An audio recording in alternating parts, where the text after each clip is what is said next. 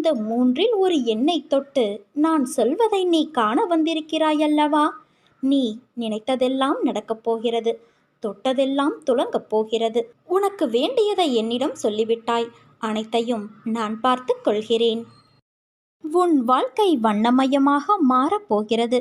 உன்னை ஒவ்வொரு நிமிடமும் நான் கவனித்துக் கொண்டிருக்கிறேன். நீ எதற்கும் பயப்படாதே. என்று நீ என்னை தஞ்சமடைந்தாயோ அன்று முதல் இன்று வரை உன்னை நான் பாதுகாத்துதான் வருகிறேன். சிலர் உனக்கு பின்னால் உன்னை பற்றி கேலியாக பேசுவதை கேட்டு நீ வருந்துகிறாய். ஒன்றை நன்றாக புரிந்து கொள். அவர்கள் விமர்சனம் செய்யும் காரணம் தெரியுமா? உன் தரத்துக்கு வர முடியாத போது, உன்னிடம் இருப்பது போல அவர்களிடம் இல்லாத போது, உன்னை துன்புறுத்தி அது முடியாத போதுதான் அவர்கள் இப்படி செய்கிறார்கள். இன்னும் உன் வாழ்க்கையில் பல அற்புதங்கள் நடக்கப் போவதையும் பார்க்கப் போகிறார்கள். என் வார்த்தை மீது நீ நம்பிக்கை வை. நீ என் உயிரான குழந்தை. நீதான் எனக்கு உலகம். உன்னை முதுகில் குத்துபவர்களைக் கண்டு நீ வேதனை கொள்ளாதே.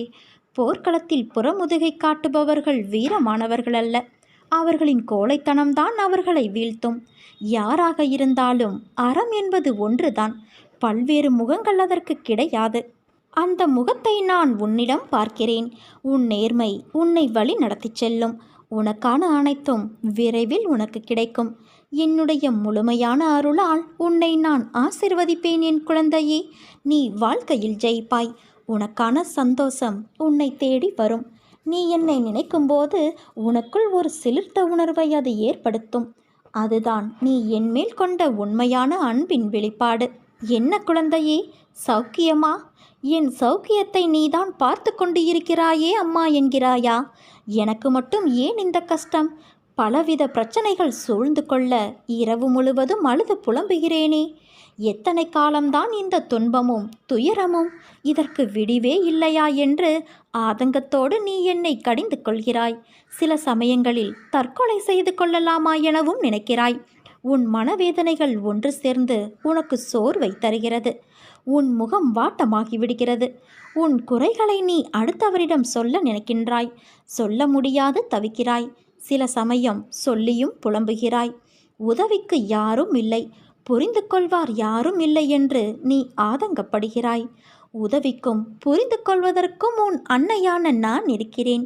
ஒன்றை நினைவில் வைத்துக்கொள். தாங்க முடியாத கஷ்டத்தை என் குழந்தைகளுக்கு நான் ஒருபோதும் தருவது கிடையாது.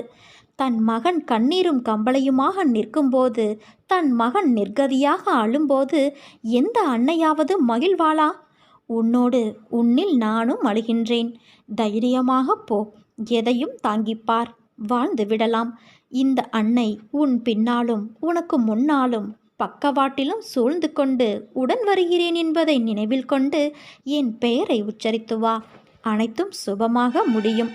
நீ அதிகமாக கவலைப்பட்டு கொண்டு இருக்கும் விஷயத்தில் விரைவில் தீர்வு கிடைக்கப் போகிறது.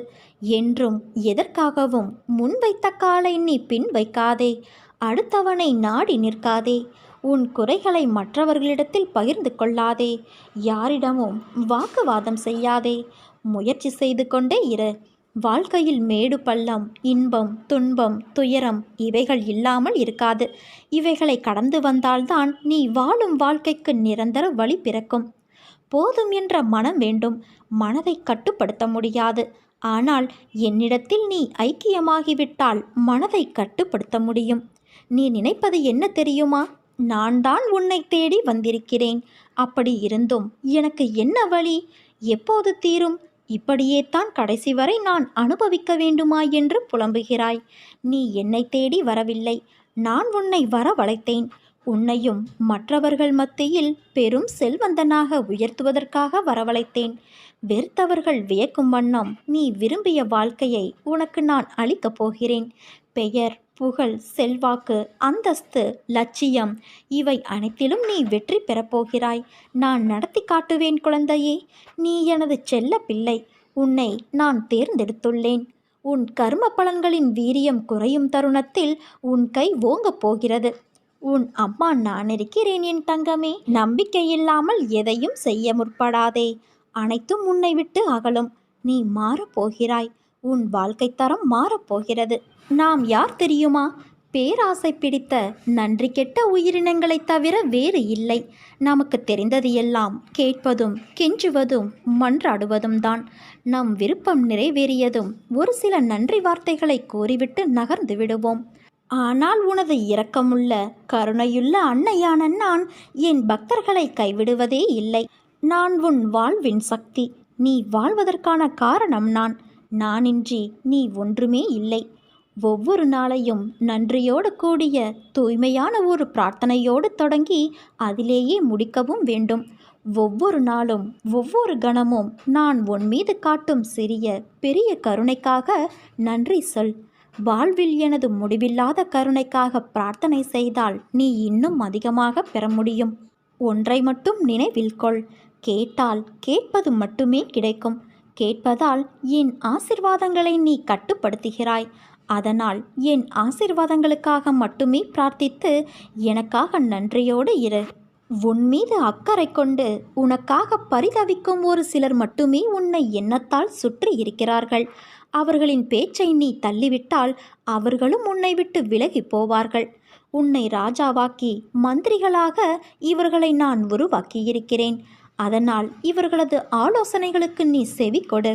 இது சரியான ஆலோசனையா தவறானதா என்பதை தெரிந்து கொள்ள முடியாத போது என்னை நோக்கி கூப்பிடு. உன் மனதில் இருந்தபடி சரியான பாதையை நான் சொல்வேன். அதை பின்பற்றி உன் வாழ்க்கையை நடத்தி வந்தால் நீ வெற்றி மேல் வெற்றி பெறுவாய். இந்த வெற்றி உனக்கு நன்மையானதாகவும் உன் தலையை அலங்கரிக்கின்ற ராஜமுடியாகவும் இருக்கும். நீ பிறரால் போற்றப்படுவாய். உன் வருத்தம் கஷ்டம் அனைத்தும் பிறரது பாராட்டுக்கும் உன் மேன்மைக்கும் காரணங்களாக அமைந்துவிடும். ஆலோசனைகளை கேட்காத இதயம் குருடானது. அவர்களை திருத்த மகாதேவன் வந்தாலும் முடியாது. சில நேரம் உன்னை உனது நம்பிக்கையின் எல்லை வரை அழைத்துச் சென்று கைவிடுவதைப் போல நான் செய்வேன். அந்த நிலையிலும் நீ என் மீது நம்பிக்கையாக இருக்க வேண்டும். அன்னையே, நான் பிழைத்தாலும் பிழைக்காமல் போனாலும் உன் மீது நம்பிக்கையோடு இருப்பேன்.